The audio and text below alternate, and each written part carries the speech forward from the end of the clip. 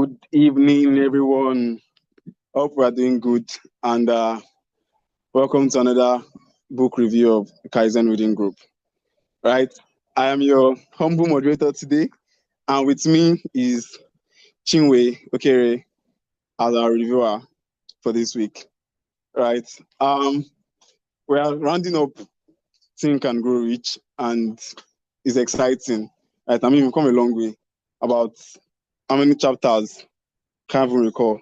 Like 15 sessions so far, right? These are 15 sessions. So, yeah, congratulations to everybody that has stayed with us so far. And if you are watching this from anywhere, thank you for listening in.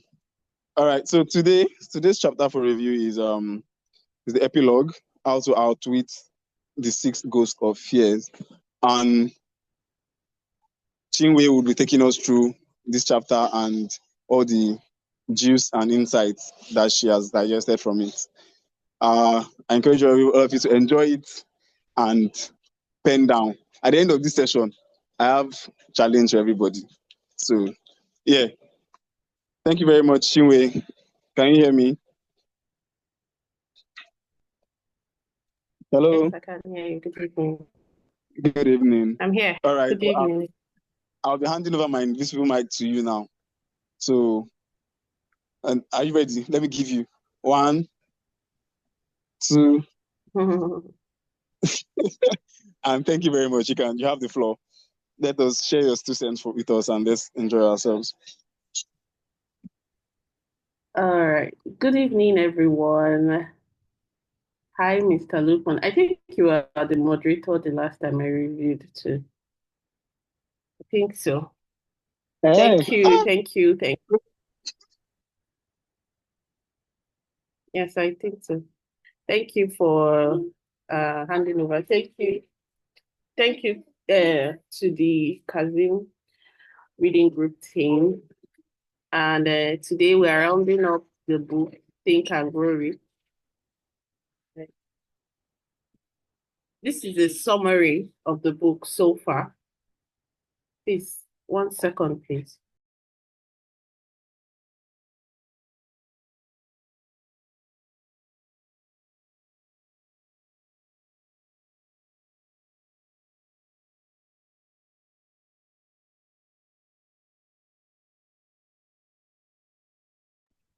Apologies, guys. Apologies, everyone, please. Can you hear me? Hello? Yes, I can. Yes, we can hear you. We can hear you. Okay, so we've come to the tail end of the book, Think and Grow Rich, and so far we've explored all the philosophies and techniques that the author suggested that will help us, achieve our financial goals. And some of those philosophies that we've, looked at and the techniques are imagination, desire, faith, specialized knowledge, the brain, organized planning, a lot of, I think there were about 8 or 9 of them. And then, so this last chapter was actually about the opening statement from this chapter actually struck me. So he said, before we'll be able to use any of all those things that we've been reading and discussing about, that our minds must be prepared and ready to receive. I had to pause when I read this. So it means that you may actually know all those things, you may actually have all those techniques, but if our minds are not ready, if our minds are not in a certain way, if we don't have a certain kind of state of mind, we may not be able to, we may not be able to, achieve our goals, or we may not be able to have results from these things that we've been doing all the while. And also it means that if our minds need to be prepared, our minds I would like to liken it like a farmland. So the farmland needs to be tilled and prepared, just like the way before you go to plant seeds on a soil, you have to prep the soil, add this, till it first of all, till it, Some people call it plowing. Make it soft, add fertilizer, do this and that, and then before you now plant. That's the same way our minds are. Our minds are actually farmlands. So it's, we need to do some work on our minds. It's not just about getting knowledge. We need to really sit down. Today, I really had to reflect. This is a very, very, very reflective chapter. I really recommend that we all go back, take some time and really stay on this chapter and do the work. This is actually where we have to do most of the work, from the book. So, and the good news is the preparation is not so difficult, and he suggested a process for the preparation. He said we have to study, analyze, and understand the enemies of our minds. Sometimes the way to get something is to know what you don't want, right? So here, he instead of giving us he gave us the enemies or things that will counter our results. I don't know if you get what I mean. So sometimes you don't know what you want. Sometimes when you how do they say that? Knowing what you don't want, right, is a good way of also knowing what you want. I don't know if anyone is understanding what I'm trying to say. Yeah, so he gave us enemies of our minds. Now, the three major enemies of our minds are indecision, doubt, and fear. Honestly, guys, I have to be very practical here. You know, just as of yesterday, I hadn't really done a thorough. Sorry, my baby is here. I hadn't done. I wasn't ready for this review, even as at this early morning, and I had even told Ufoma that I won't be able to do this review. But going back to just stay on the chapter throughout today, I'm actually very grateful to God that I had to do this in-depth study to be able to do the review because honestly, indecision is one of my biggest battles, you know, and this chapter has done a lot of it's even still doing the surgery on me. So our major enemies or the enemies of our minds or a productive mind is first of all indecision, then doubt, and then fear. And it is if you even look back, you see that if we have these things in our hearts or in our minds, we won't be able to function well, because they work together. Once you're indecisive about something, you will have doubts about that. And then eventually fear will creep in. And then one very, very, very dangerous thing about these enemies is that they are very, very subtle and very slow. So you may just think that, okay, this is about making a decision. No, it's not about just making a decision. It's about the fact that this thing will grow into a big monster of fear, right? Along the line, if you're not able to stay on a decision. So usually fear doesn't just come, it starts with indecision. Indecision is actually the seed. Then when you're indecisive about something, you have doubts. You're like, should I do this? Should I not do this? You have doubts. And then from the doubts, you now start fear will start coming. What of? What if this? What if this? So you see that it's actually building into, you know, something very dangerous and monstrous. And the honest truth is it goes from one, part of our life to the other. It's not just about a part of your life, right? So most times these enemies grow without even us noticing. Yes, fear is a state of our mind, and the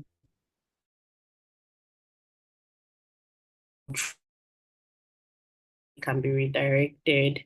So moving on, um, the author highlighted six basic fears, like he called it universal fears. Everybody in every continent, everybody in the human race is subject to these six fears.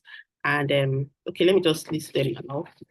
fear of poverty, which is like the major one for most people, fear of criticism, fear of ill health, fear of loss of love, fear of old age, and fear of death. Am I still on? Can anyone hear me? If I continue. Very clearly. All Very right. clearly. Thank you very much. So, I won't be able to go through all six of them in details, but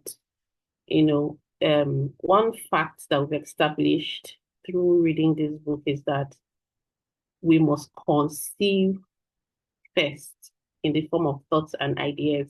That is, before you venture out on anything, before you create anything, they must first come as thoughts and ideas, right? We've established that even from chapter one. So this means that everything we see today began as a thought. So if there are some things you don't like in your life, they most likely may have crept in as thoughts, right? And then they now grew and continue to grow and grow and grow. So that brings us to the fact I'm trying to establish or build a foundation for us to go further on this discussion. So that brings us to the fact that every thought will eventually become a physical equivalent of itself. So if we have our thoughts of fear, we should expect physical manifestations of fear. So whatever we harbor for a while, you'll just eventually see that you begin to see those things, you begin to have. There were a lot of cases, a lot of illustrations in the book, and honestly, if we look at it, we'll see that these things are true. So our thoughts, the universe or God or whatever you believe in, it will eventually crystallize your thought. Slowly but surely, your thoughts will crystallize into, its physical equivalent. And this is why we need to be very, very, very careful. If we harbor fear, eventually those things that we're afraid of. In fact, in the Bible, there was somewhere in the book of Job that Job said, the things I feared the most have finally come to me. So most times it's those things that we are afraid of in our minds that we eventually see. So there was also another point that struck me. He said on earth that there are only two things that exist, matter and energy. So at the end of the day, whether you're alive or you're dead, all of us will still boil down to matter. If someone dies and is in the ground, you're a form of matter, right? So energy and then energy also. So we'll get to that later. Maybe not be too forward. So I've listed out the types of fear, and also it's not just enough to know these fears. You may feel like he actually said that most times, because these fears are quite subtle, because you may not have even taken deep thoughts into it, we may not even know that we are carrying these fears up and down. We may not know that we are victims of these fears. So what I did, or what the book recommended or recommends we do, is we sit down, look at the symptoms for each of the fear. For instance, for like the fear of poverty, he listed out symptoms, things that if you're experiencing currently, you should know that, oh, you have the fear of poverty, or the fear of poverty, right? Like you're so scared. So he gave an illustration. The human beings, the animal kingdom, we are afraid of one another, and that's why we have laws. That's why we have courts. That's why we have rules protecting ourselves from one another. Okay, so we may not eat one another like animals in the jungle, but what do? We try to reap other people. We try to, we eat ourselves financially. That was the word he used. And then that, because of the deep-rooted fear of poverty in us, you don't want to be poor, you don't want this and that. So he listed out symptoms for each of the fear. Fear of criticism also has its symptoms. You know, fear of ill health has its symptoms. Fear of loss of love has its symptoms. Fear of old age, fear of death.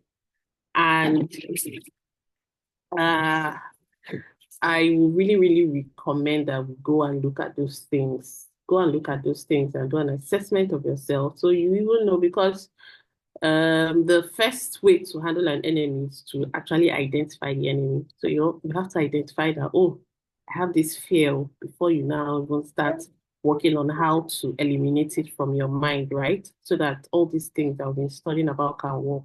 So that's the whole essence of this chapter.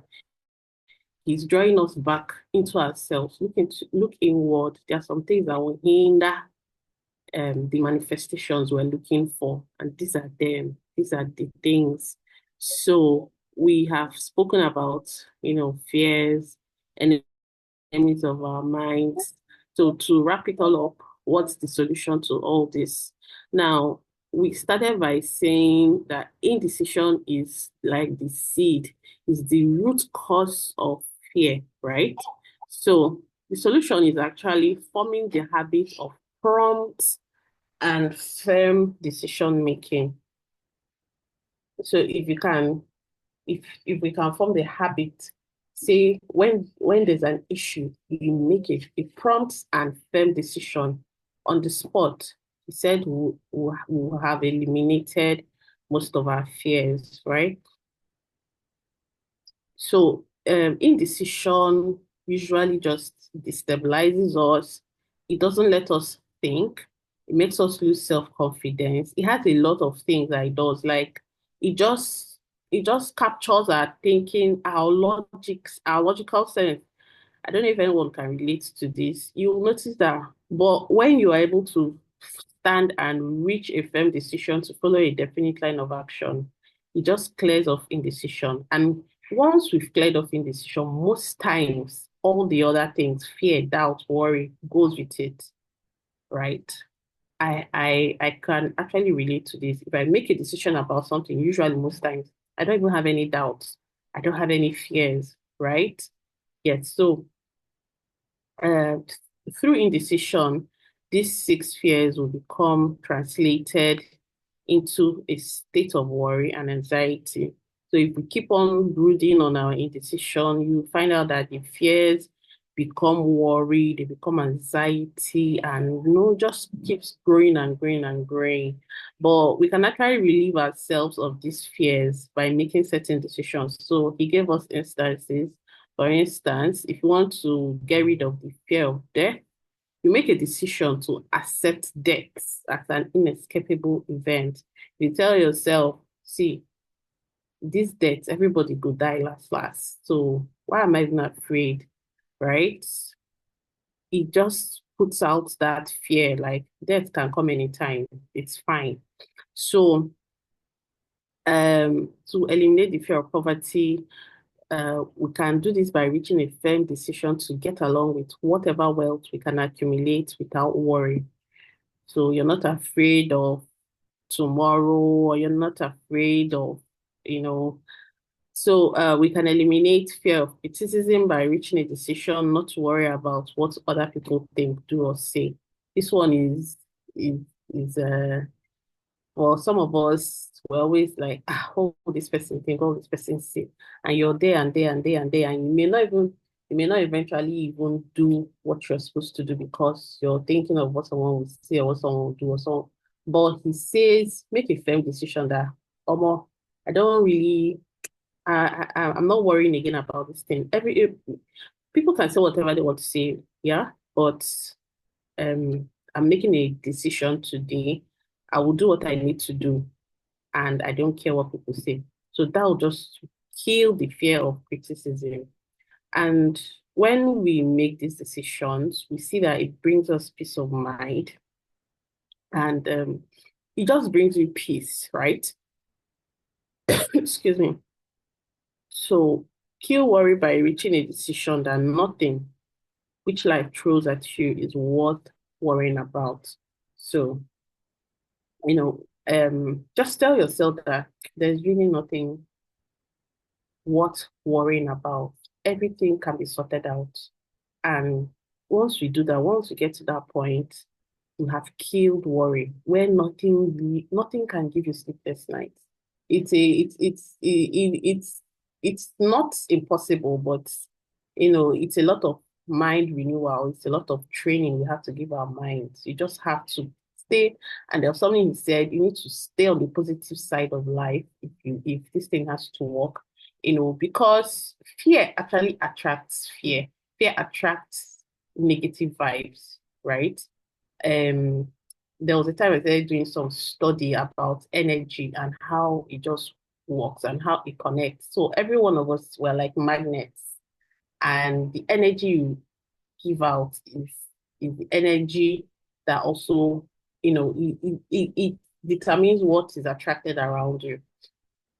So if you will look closely, the kind of things we give out, just like there were some illustrations given. He said even animals like a dog can decipher or smell the energy fear in you, right?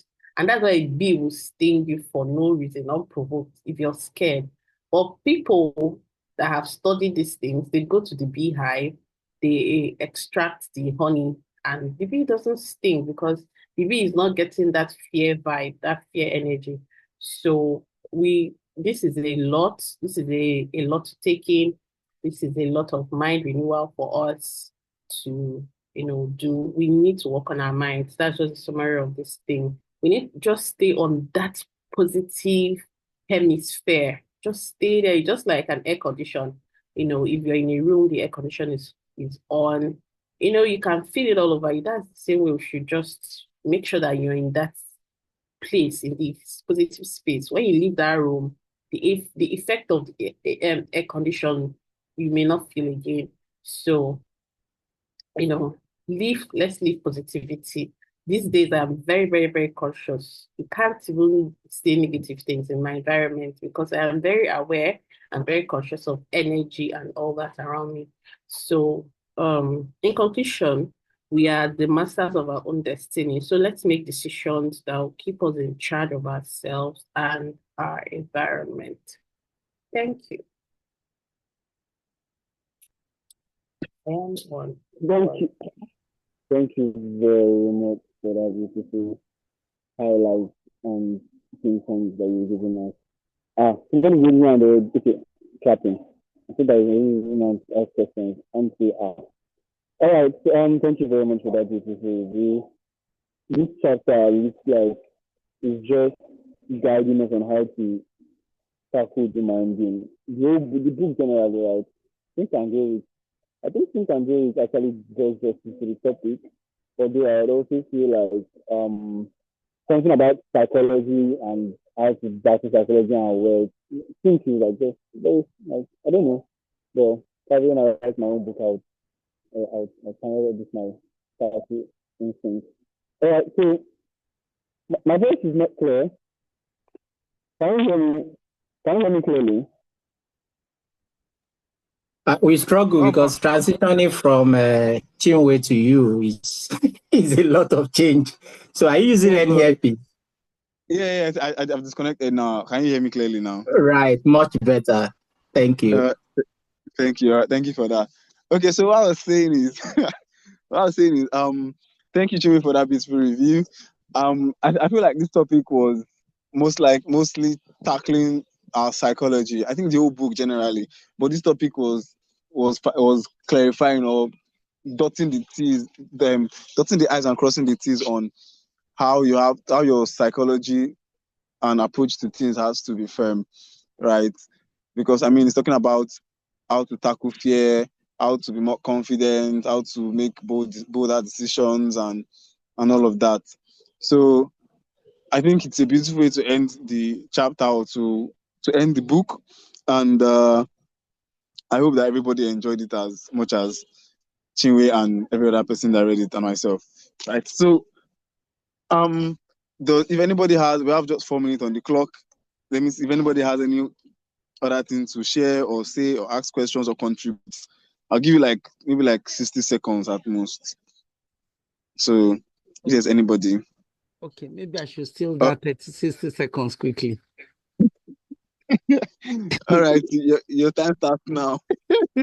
All right, thank you so much, Chinwe, for that fantastic review. If you follow Chinwe with the approach she has adopted, you will appreciate what conquering your fear or being deliberate and working against your fear is, you can see the way she's calmly presenting a view. And she told us that, oh, she was struggling to say, okay, she took a bit of time to agree that to come on the platform and share her thoughts. So, but the part I just want to emphasize is every thing we want to go through in life has potential risk, or they have risk embedded in them. If you want to go to school, there's so much risk in it. Go to office, so much risk in it. Eat the food because you can even choke from eating it. Okay, getting married, not getting married. Every single thing you do in life has risk embedded in them. So if you all know that there are risks everywhere, why not just take a reasonable risk that you can take? And like Moses will always tell us, say, all die and I die. And I can see Chinwe also saying the same thing. Something that will happen, quick Sarah, whatever will be, right? So we should not let fear hold us back from achieving our goals, our personal aspirations, whatever we have kept for ourselves. Fear should not be on our path. Okay, so look at people today. People saying go to school is very difficult. They don't go to school. Then they start learning the artisans today. How did they go through the process of learning? Somebody will send them, give them plate to send them amala. Somebody will have to beat them. They wear dirty clothes. So anything you want to do in life has its own risk and challenges. So this chapter is basically telling us, guy, whatever you want to do, be focused. Just decide that this is what I want to do. All of the things we have learned from the book, your mastermind, the people that will counsel you, using your inspiration, imaginative creativity, all of those things, put them together, make a decision and move on. Don't let fear hold you back. Just keep moving and you will see that whatever fear you see or whatever challenge you meet, you'll be able to conquer them and continue to move forward. Thank you so much, Chinwe, for that fantastic review. I want over the mic to Election. Thank you very much for that. Yeah? Can you hear me? Can anybody Yes, hear we me? can. Yes, we can. Yes, we can All hear right. you. It's Yeah. taking more than 60 seconds. I'll collect my time back. All right. Thank you very much. It's 8 o'clock on the dot, and as you know, we don't used to take it into people's time. 7:30 to 8 o'clock is our time, and we would call it a wrap. I said I had an assignment for everybody on the call today. So my assignment is the Twitter link that I dropped on the group earlier. Go there and drop a line, drop whatever the whole book, everything you've read in the whole book so far, the whole chapter that we've reviewed, everything. Just wherever hit you hard, right? Wherever you just feel like you held it all through the book. Just go there and share it and interact with the link, and let's just share our knowledge. Share people that are not coming to Kaizen. Let's give them something to go with, right? Thank you very much, and it was nice having all of you here. Just before we go, we are at this moment trying to select the next book to be reviewed. Okay, we have had about, if I'm not mistaken, 7 or 8 suggestions. The Outlier, Our Iceberg is Melting, all of those books. We are going to start the poll to select the next book we are reviewing from tomorrow. Please join our WhatsApp group so that you can participate in the process of selecting the book and you can start reading the book with us. There's a last segment of this book that we have decided to skip, which is the Devil's Workshop. Devil's Workshop is just part of the appendix. We can take our time to read it on our own. We'll also share it in our group. But next week will be our Kaizen game night, and then we should have selected the book at that time. Thank you so much for taking 1 minute of our time, and have a lovely weekend. Bye-bye. Bye. Bye. Bye-bye.